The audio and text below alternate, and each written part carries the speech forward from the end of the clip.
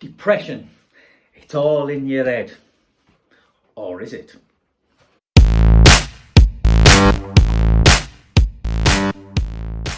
It's all in your head.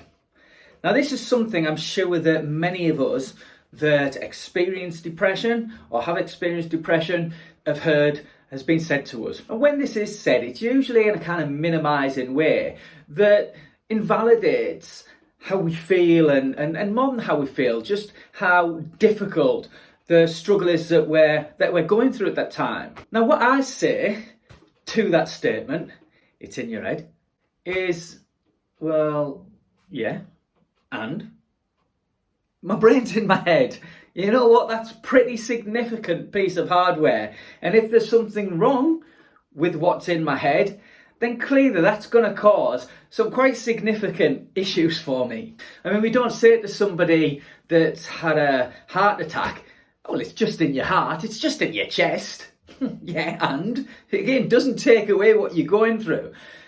And I think what people are kind of suggesting when they say this about it all being in your head is, or certainly how it can be perceived, is it's in your imagination.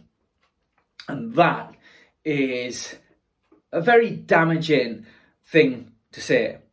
Now, one of the things I do is help people to better understand depression and mental health through using boxing. And I have a free guide that's available from the link in the description, which highlights some powerful lessons that boxing can teach us about mental health and depression. It seems ridiculous to even have to say this, but depression is real.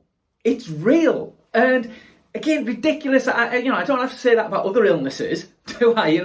Well, heart attacks, they're real, They're real, they actually happen. Of course I don't. Because we don't invalidate the experience of people that have them and the medical professions that treat them. And, yet people seem to think, or certain people seem to think, that because they haven't experienced depression or because they can't get their head around this whole idea of mental health, therefore we must be making it up. And it's just ridiculous. And dare I say, it's frankly insulting, it's ignorant. There's no excuse for it in the world we live in and the access to information that we have.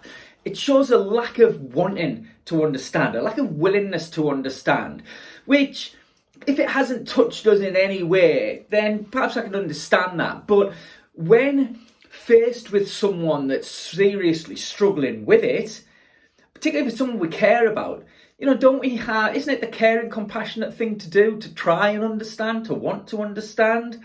Now, in my programs, I use this example. When people say this about, I don't believe it, I don't believe in it. It's just ridiculous.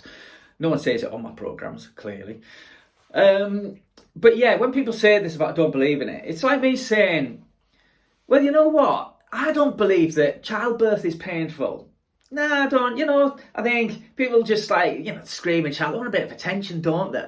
I mean, can you imagine the response? Ridiculous. You can't invalidate the experience of millions of people just because I haven't had it. I mean, ridiculous. So to state what should be, by now, an obvious thing, is that we all have mental health just as we all have physical health.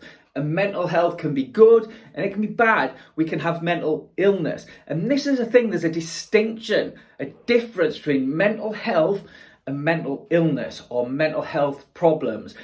And so from that, we can see that everybody has mental health. Not everybody has a mental health problem. Not everybody has a mental illness. But everybody has the potential to have that. In the same way that we could be physically ill.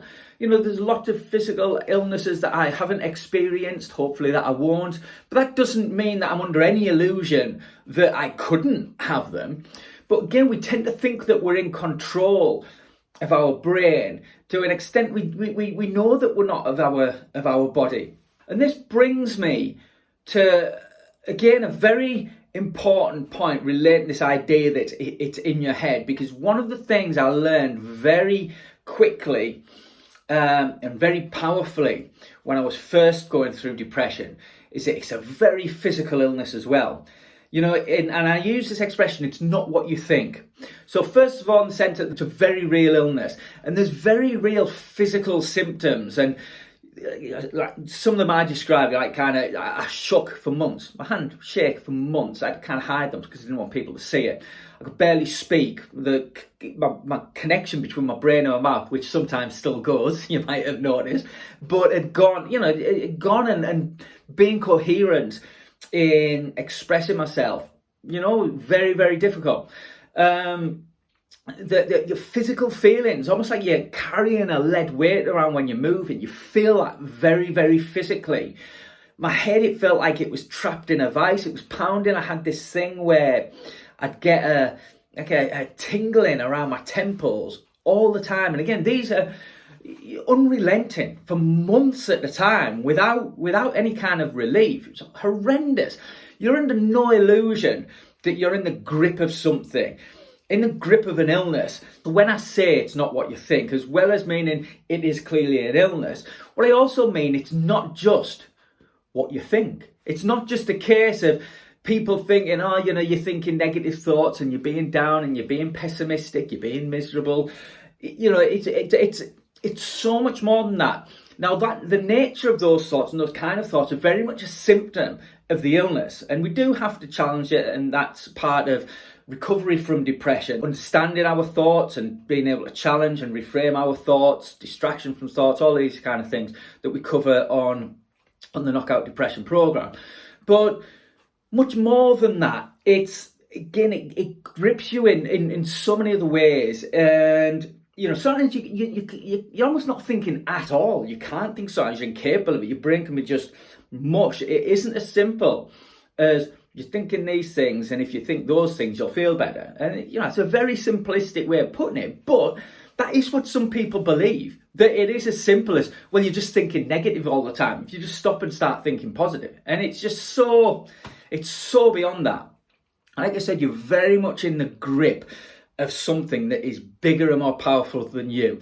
And again, it's something that's affecting our brain, the most powerful organ, just a tremendously powerful organ. And I always say this, we're all made of the same stuff. If it can happen to me, if it can happen to Tyson Fury, it can happen to you, and it can happen to anybody that you know or love. And we don't know all of the causes of depression. And I've made a video about dispelling the chemical imbalance myth that is pretty prevalent at the moment. But it's a complex interplay of personal factors, biological factors, social factors, psychological factors. And so, each of us will have a different cause behind our depression. And we may not actually know what's caused it. We just know that we're in the grip of something that, again, is so much bigger and more powerful than we are. And it is far, far more than being all in your head.